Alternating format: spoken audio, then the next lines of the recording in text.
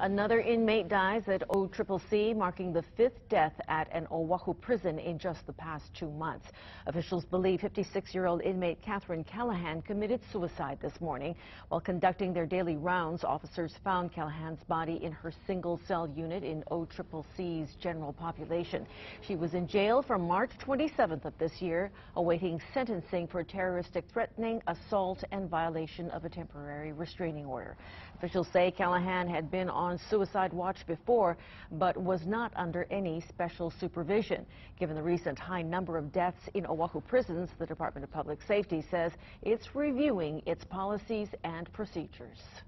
I'm very disappointed that this occurred. I think we need to understand the complexity of the problems that people come to jail, that they have, and we need to address after they come into our facilities.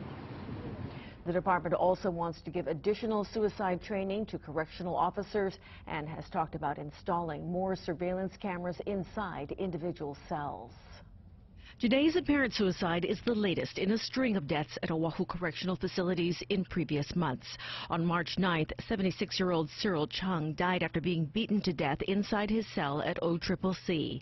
His cellmate, Joseph Tui Jr., will go on trial for murder in connection with that attack later this month. Then in April, Darius Punimau committed suicide while imprisoned at Halawa Correctional Facility on escape charges. A few weeks later, Ikaika Andrade killed himself while being held at OCCC. Andrade had been charged with stabbing and injuring a student at Waianae High School earlier this year. And earlier this month, Mark Davis Jr. was found dead in his cell, also at OCCC. He was jailed after assaulting a staff member at the Hawaii State Hospital, where he was being held for raping and killing a young girl. Davis's autopsy was deferred, so it's still unclear how he died.